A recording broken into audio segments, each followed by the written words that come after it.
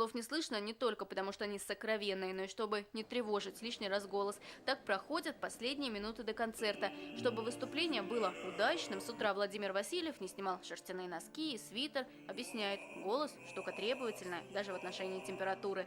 Высокая она должна быть и на сцене. Вечер, где важнее всего чувства.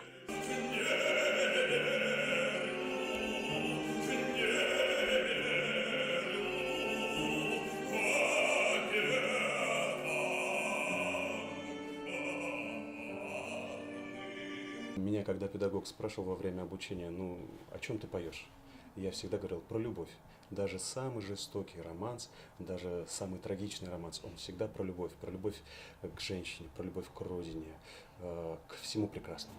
Переживать под задушевный дуэт инструмента и голоса в России стало популярным в XIX веке. Сейчас в городской афише концертов вечер романсов – редкость. Но разве можно их не любить, удивляются солисты. В них очень всегда большие какие-то глобальные мысли заключены в совершенно коротких страничках, в коротких минутах. Мы проживаем всю жизнь. Не только слова прочувствовать помогает и музыка. Мелодичная, так умеют только русские классики. Программу концерта Владимир Васильев составил, подсмотрев даты, по нарастающей до Свиридова, от основоположника сочинений для голоса Глинки.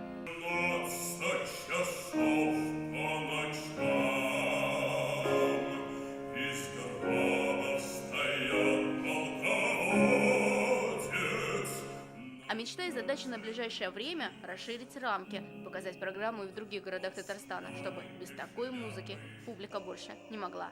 Маргарита Петрова, Андрей Корсинский, телеканал «Татарстан», Новый век.